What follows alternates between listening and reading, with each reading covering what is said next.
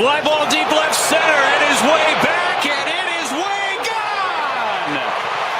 The at-bat of the season for William Contreras, and he hits a 3-run bomb.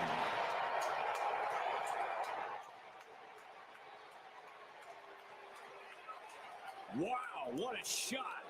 Why? Why? I don't know why. I don't know. Never been in a fight. You? No, but that's a good thing. No, it is not. How much can you know by yourself? You've never been in a fight. I don't want to die without any scars. So come on, hit me before I lose my nerve. Coming over tonight. Hell right. Everybody's slowing down on a Friday night somewhere. See, that's the difference between us.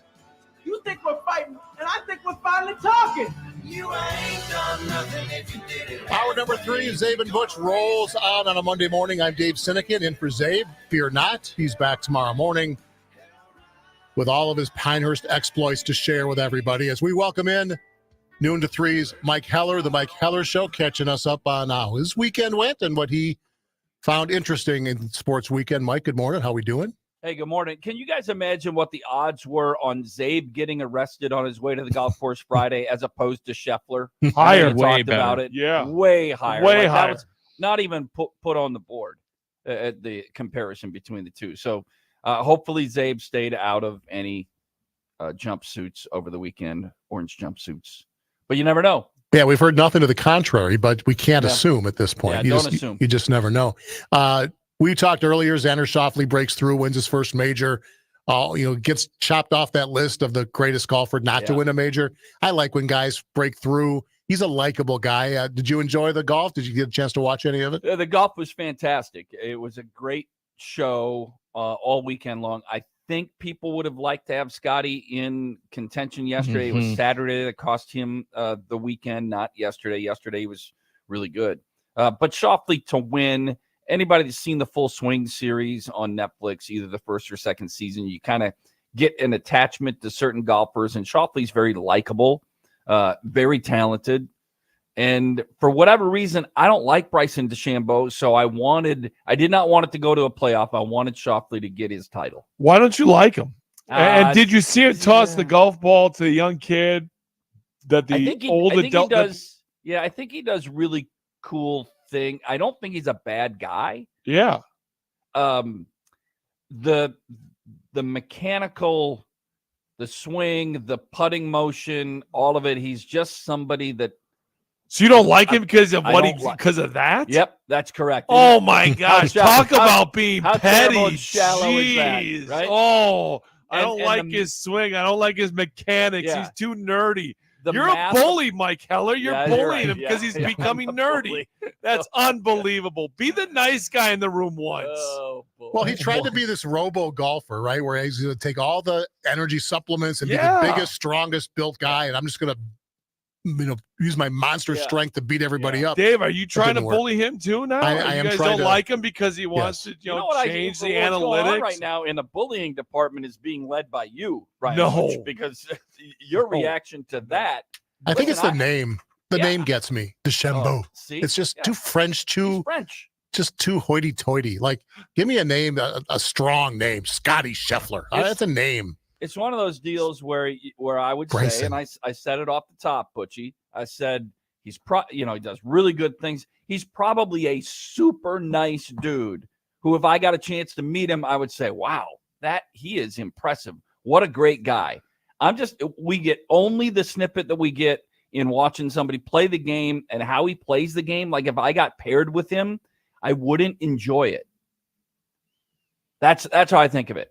Could I play golf with him and enjoy the way he goes about the game? And the answer is I don't think so. Josh played the Willie Contreras highlight. He found one Brewers highlight over the weekend. Good for him. Boy, as we've been saying this morning, caught the Astros at the wrong time. They're heating up right now. It's a great team who has played terribly. I mean, from an offensive standpoint, they've got mashers up and down the lineup. You got them at it. They had won 6 in a row. I mean, shoot, they're probably one pitch away from having a 9-game winning streak right now. So, yeah, I said when the road trip started, give me a 5-4 mark when you come back to take on the Cubs a week from today, and I'll just take it. I mean, I'm good with that. Now you go to Miami. Miami's terrible, and they are terrible. Houston was terrible, but they can be really good. So let's see what happens in Miami, and then Boston depends on when you get Boston too. But I continue to like the Brewers, and that at bat by Contreras is one of the epic pitcher hitter battles that I've seen I can't remember the last time I've seen one that was that good. And the Brewers Contreras, who to me is an MVP, he won it, and that was fantastic. Agreed. Good way to move on to a new week. At least something to hang on to on Saturday night. Did you catch any of the Game 7s yesterday? The odd Sunday where both road teams won a Game 7. It's rare you see one win, let alone two. Butchie's bored with all the teams. There's no villain. There's no bad guy. Bunch of new blood. Nobody to hate. Where do you stand with the 4 teams left standing? I was happier that I said this, and it wasn't popular in Milwaukee or for Bucks fans, but I wanted Indiana to win that series because I dislike the Knicks and the media coverage of the Knicks more than I dislike Indiana. Now, I don't like some of the front runners and the yapping that goes on from the Pacers. Who's a front runner? Who's a front runner? No, who is? Well, Indiana. Well, which ones? Halliburton, Neesmith. You can go down the whole roster, Butchie. I agree. I just was curious who you thought, because I thought the same thing. And Ty being a Wisconsin guy, but I ripping the Fox Valley. I do think it's one of those. I think it is an issue. When he's been good, he's run his mouth. When he's been bad, he hasn't said anything. Be consistent with it. But I also think it's being a young player. Don't worry, we're always going to call you the best guy ever to come out of the Fox Valley. No, threatened by Ty. You are the guy. Not at all. Not at all. Okay. But yeah, I will say, I'm starting to be like, Ty, just close it. Be consistent, be that dominant force all the time. And but it's part of the growth of young players. That whole Stephen A thing on before Game 7 and then yesterday on the pregame on Game 7. Stop it. That's not endearing. I don't like it. It makes me dislike the Knicks even more. And listen, I get Stephen A. I get what he does, how he does it. Congratulations on that, because he's fantastic in what he's done to carve out a career. But I don't like media bias to the New York teams that I see, and that is an extreme one. So even though I liked how great Jalen Brunson played, and I'm a Dante fan, I was not disappointed that they got beat. Is it good? I asked these guys at the 6 o'clock hour. So is it good that there will be over the last 6 years, there'll be a new champion every single year in the NBA? No. Is that good for the league? No. You want a team that people hate. Now, if I'm Minnesota, yes, it's good. If I'm Dallas, yes, it's good. If I'm Indiana, Milwaukee, yes, it's good. And Milwaukee's one of those 6 different champions over 6 years. But the sport does better when there is a team that is standing on a mountain and waiting for somebody to knock them off.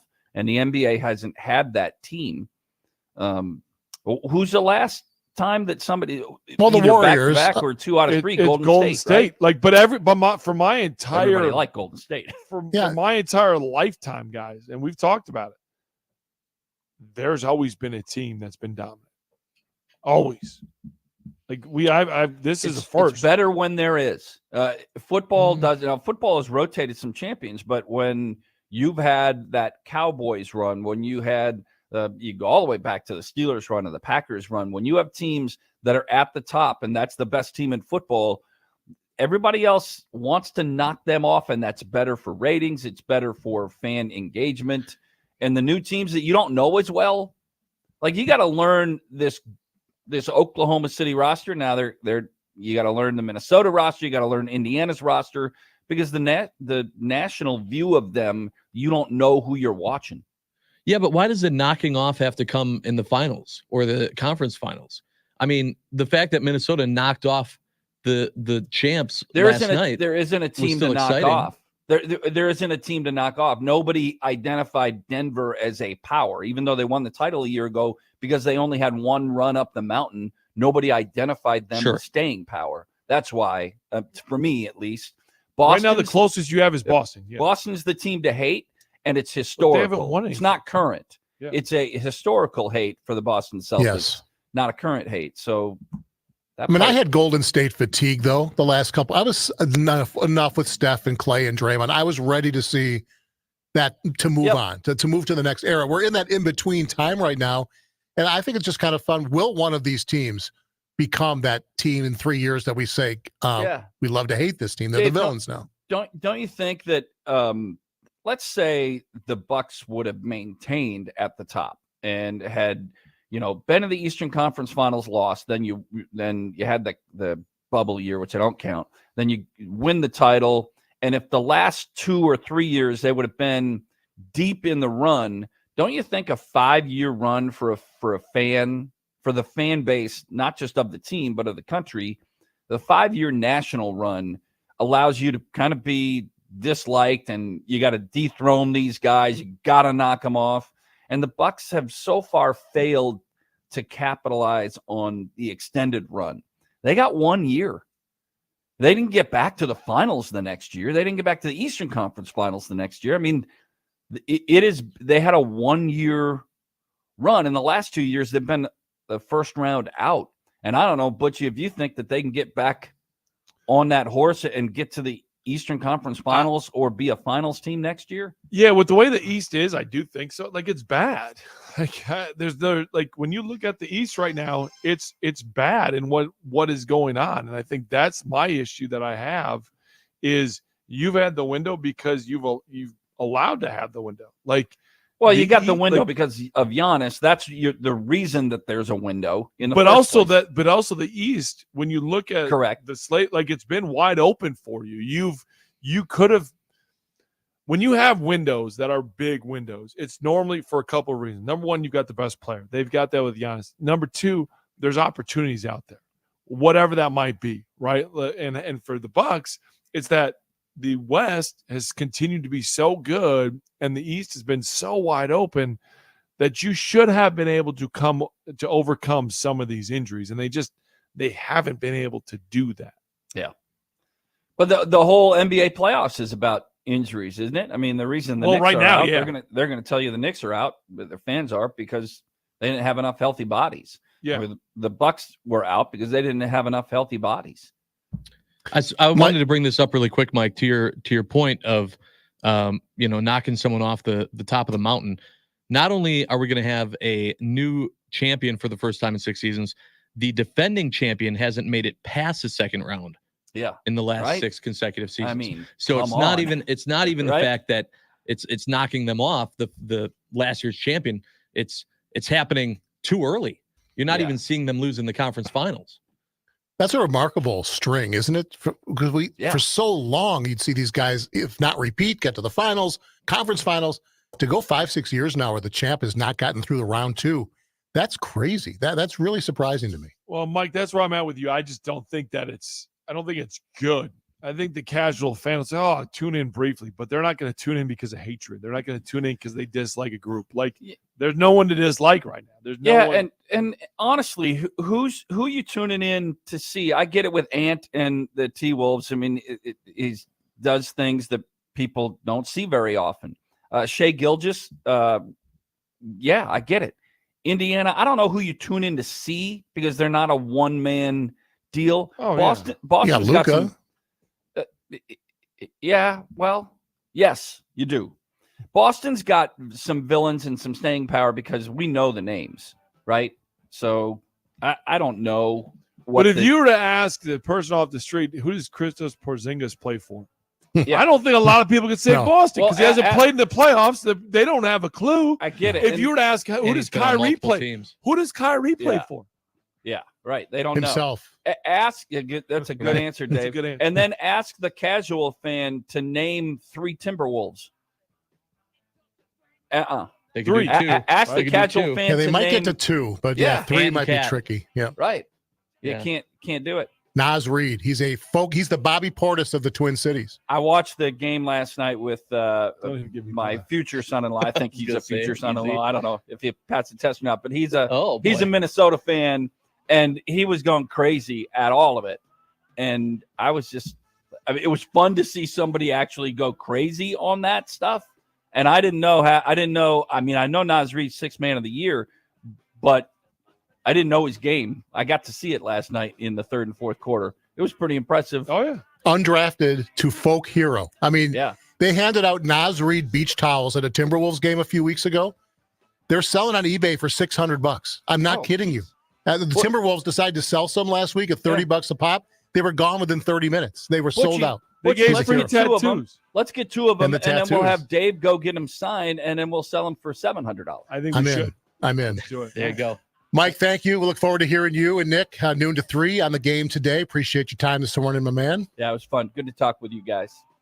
That's so much more fun. So much more fun. No arguments. Nobody threw anything. No, you were just being a bully to Bryce. Give me time. Let me get used to this thing, and maybe I'll be a little more combative down the road. We'll pause here. We'll come back and welcome another combative voice, the voice of the Vikings,